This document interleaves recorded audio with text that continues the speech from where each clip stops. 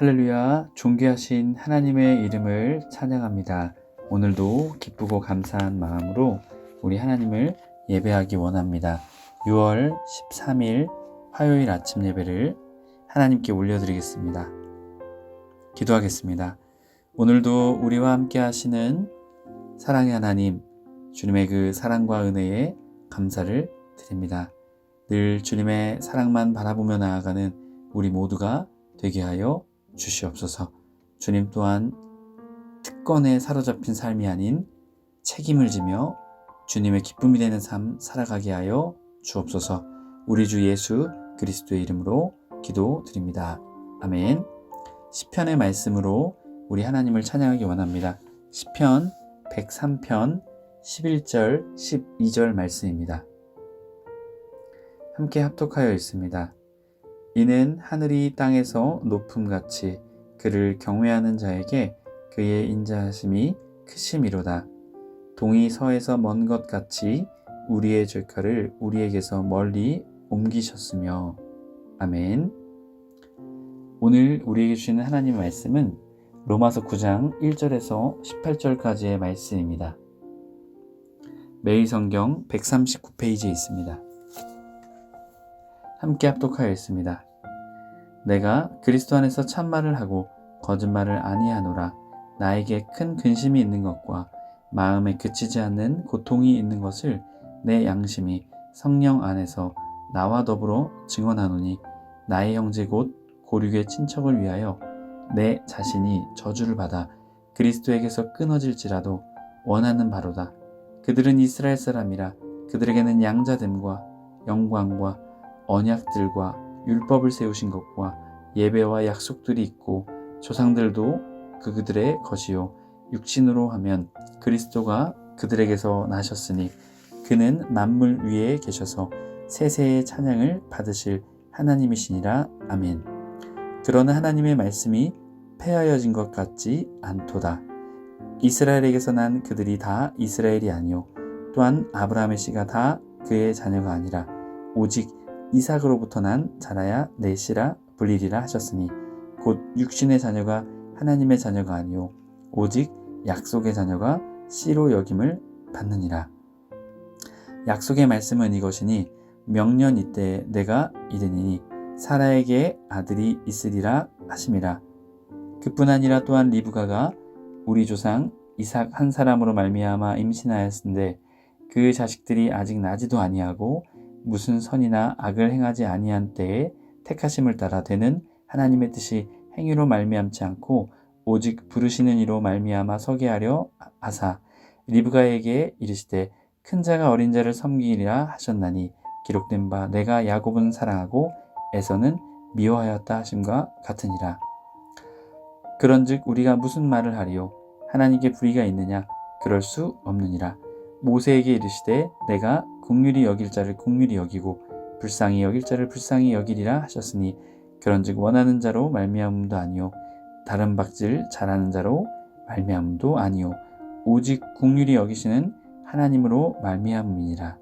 성경이 바로에게 이르시되 내가 이 일을 위하여 너를 세웠으니 곧 너로 말미암아 내 능력을 보이고 내 이름이 온 땅에 전파되게 하려 함이라 하셨으니 그런즉 하나님께서 하고자 하시는 자를 긍휼히 여기시고 하고자 하시는 자를 완악하게 하시느니라. 아멘. 할렐루야. 오늘 하루의 첫 시작을 말씀으로 시작하시는 해림의 모든 성도님들을 주님의 이름으로 축복합니다. 오늘은 폐하여지지 않는 말씀이라는 제목으로 은혜의 말씀 나누고자 합니다. 바울은 예수님을 거부하는 자기 민족인 이스라엘에 대해서 안타깝게 생각하며 괴로워합니다. 참 이스라엘은 인간의 행위나 혈통이 아닌 하나님의 선택과 약속으로 세워진다고 사도 바울은 선포하고 있습니다. 오늘 말씀 1절부터 5절까지 말씀을 통해 바울의 열망, 이스라엘 백성이 구원받기를 원하는 바울의 열망을 고백하고 있습니다. 내가 그리스도 안에서 참말을 하고 거짓말을 아니하노라. 나에게 큰 근심이 있는 것과 마음에 그치지 않는 고통이 있는 것을 내 양심이 성령 안에서 나와 더불어 증언하노니. 자, 이 사도 바울에게 큰 근심이 있는 것, 그리고 고통이 있는 것을 자신의 양심 안에서, 성령 안에서 성령께서 더불어 증언하신다라고 말하고 있습니다. 왜 사도 바울은 그럴까요? 3절, 나의 형제 곧 고륙의 친척을 위하여 내 자신이 저주를 받아 그리스도에게서 끊어질지라도 원하는 바로다.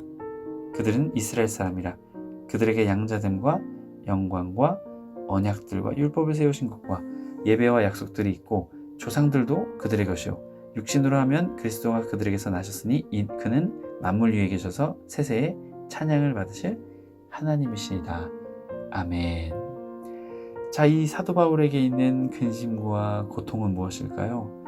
자신의 동족이 하나님께 구원받기를 바라는 열망이 있음을 말하고 있습니다.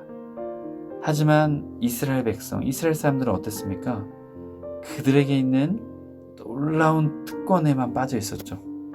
양자된 것, 선민, 또한 영광, 영예, 그 백성으로 된 영광과 영예, 그리고 취소될 수 없는 디아데카이, 하나님의 언약들, 그리고 노모데시안, 율법을 수여한 특권, 또한 하나님을 예배할 수 있는 특권과 하나님의 약속이죠. 구원. 그 모든 것, 그리고 그들의 조상들, 그리고 그리스도가 육신의 혈통으로 그들에게 나셨음에도 불구하고 그들이 하나님을 온전히 믿지 못했다라는 것이죠. 왜 그럴까요? 특권에만 빠져 있었지 그것에 따른 책임을 지지 않는 이스라엘 사람들의 모습 때문입니다. 해림의 모든 성도님들이 이것을 알기 원합니다. 우리가 그리스도인의 특권, 그것도 중요합니다. 하지만 만약 우리가 특권 의식에만 빠져 있다면 우리도 이스라엘 백성들처럼 진정으로 하나님의 뜻을 모르는 백성이 될 수 있습니다. 그렇기에 하나님이 우리에게 주신 특권뿐만이 아닌 그 특권에 따른 책임을 온전히 감당하여 하나님의 기쁨이 되는, 하나님의 진정한 자녀가 되는 해림의 모든 성도님들의 삶이 되시길 주님의 이름으로 간절히 축복합니다. 이어지는 6절부터 13절까지 말씀을 통해서는 하나님의 신실한 주권, 그리고 진짜 이스라엘이 누구인지를 우리에게 들려주고 있습니다. 7절부터 9절까지에서는 이삭에 대한 이야기를 하고 10절부터 13절까지에서는 야곱에 대한 이야기를 들려줍니다. 6절 말씀, 그러나 하나님의 말씀이 폐허진 것 같지 않도다.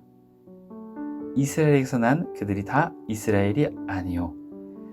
자, 하나님의 말씀이 폐하여진 것이 아니다라는 것이죠. 무엇이 폐하여진 것이 아닐까요? 하나님의 구원 계획, 이스라엘 백성을 구원하기 위한 하나님의 구원 계획이 이스라엘의 죄됨에도 불구하고 폐하여진 것이 아니다라는 것을 말하죠. 하나님의 전적인 은혜다라는 것입니다.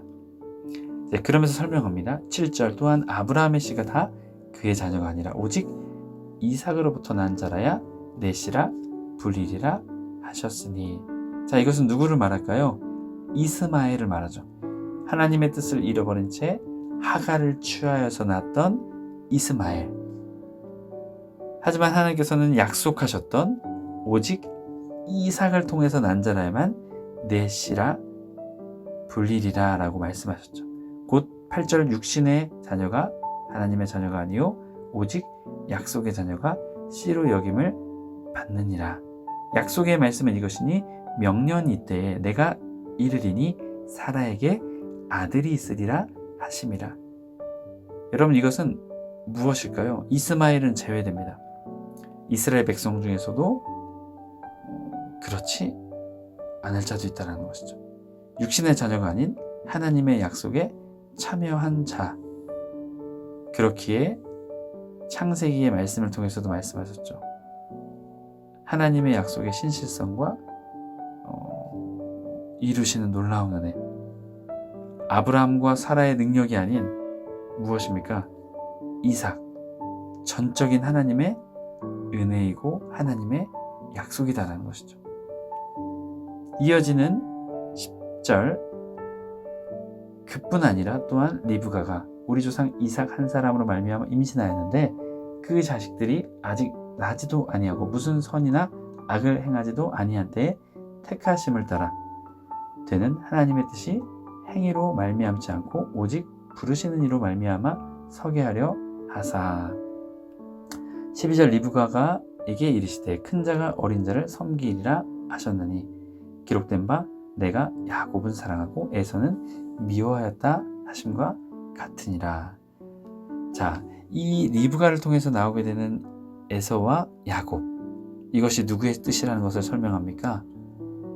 하나님의 뜻이다라는 것이죠. 하나님의 주인된 권리, 주권을 설명하고 있습니다. 특별히 창세기 25장 23절의 이야기죠. 내가 야곱은 사랑하고 에서는 미워하였다. 그런데 여러분, 여기서 미워하였다라는 것은요, 원어의 뜻을 살펴보면요, 덜 사랑하다라는 의미가 있습니다. 그리고 미워하는 의미가 아니라 적극적으로 은혜를 베풀지 않았다라는 의미가 바로 이 미워하였다라는 원어의 의미입니다. 그렇기에 다시 한 번 더 말씀을 보게 되면 야곱은 사랑하고 에서에게는 적극적으로 내가 은혜를 베풀지 않았다라는 것이죠. 또한 이러한 권리는 누구의 권리라는 것을 오늘 사도 바울은 설명합니까? 하나님의 주권이다라는 것이죠. 하나님의 주권, 그것을 우리에게 설명해 주고 있는 것입니다. 매일 성경 138페이지 10절 13절 설명입니다. 에서가 아니라 야곱이 언약의 후손이 되는 데 있어서 이삭이 기여한 것은 없습니다. 리브가의 태에서 있을 때부터 하나님께서 정하여 부르신 것이기 때문입니다. 따라서 지금 육신적인 이스라엘의 대부분 메시아를 거절했다 해서 약속의 말씀이 실패한 것은 아닙니다. 혈통적인 이스라엘이 자동적으로 하나님의 백성이 된다고 약속하신 적이 없기 때문입니다. 아멘이죠. 그렇기에 오직 어떻습니까? 하나님의 주권 안에서, 하나님의 놀라운 신실한 약속 안에서 이루어져 나감을 우리에게 설명하고 있는 것이죠. 해림의 모든 성도님들이 이 주님의 신실한 주권을 신뢰하셨으면 좋겠습니다. 하나님의 약속은요, 변치 않습니다. 하나님의 주권을 통해 그 놀라운 구원의 은혜가 오늘 우리에게까지 내려오게 되었습니다. 그 하나님의 주권된 주권을 인정하며 나아가는 저와 여러분의 삶이 되길 주님의 이름으로 간절히 축복합니다. 이어지는 14절, 그런즉 우리가 무슨 말을 하리요? 하나님께서 불의가 있느냐? 그럴 수 없느니라. 자, 여기서 하나님의 뜻, 하나님의 구원, 그 기초가 헤세드와 자비와 긍휼에 있다라는 것이죠.